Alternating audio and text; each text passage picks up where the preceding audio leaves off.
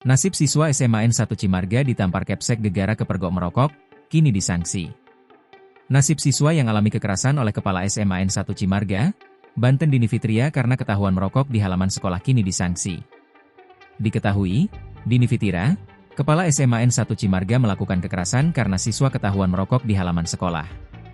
Setelah kejadian tersebut, kini Kepsek dinonaktifkan dari jabatannya oleh Gubernur Banten, Andra Soni. Sementara, siswa yang ketahuan merokok di sekolah kini mendapat sanksi teguran. Kepala Bidang SMA Dinas Pendidikan Provinsi Banten, Adang Abdurrahman, mengatakan siswa tersebut mendapatkan sanksi teguran dari sekolah. Untuk siswa tetap ada sanksi, yaitu teguran. Guru BK sudah menangani dan orang tua juga sudah menerima.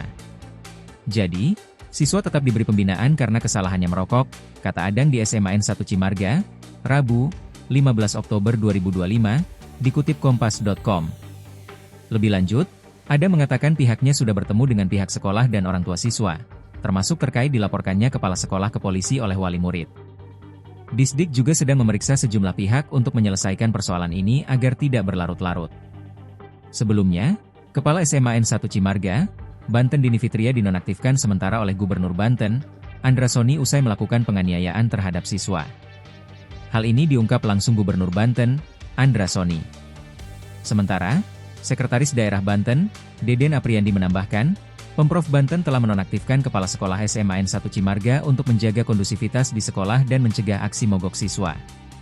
Lebih lanjut, Dede mengatakan ketidaknyamanan di kalangan siswa SMAN 1 Cimarga menyebabkan mereka tidak masuk sekolah, sehingga langkah ini diambil untuk menstabilkan kondisi.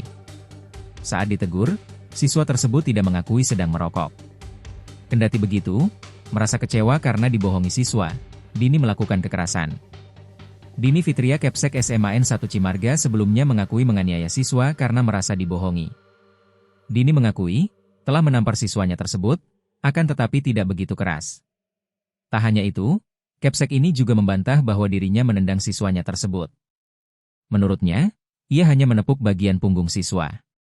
Lebih lanjut, Dini mengatakan warung tempat kejadian tersebut diduga kerap menjual rokok kepada siswa.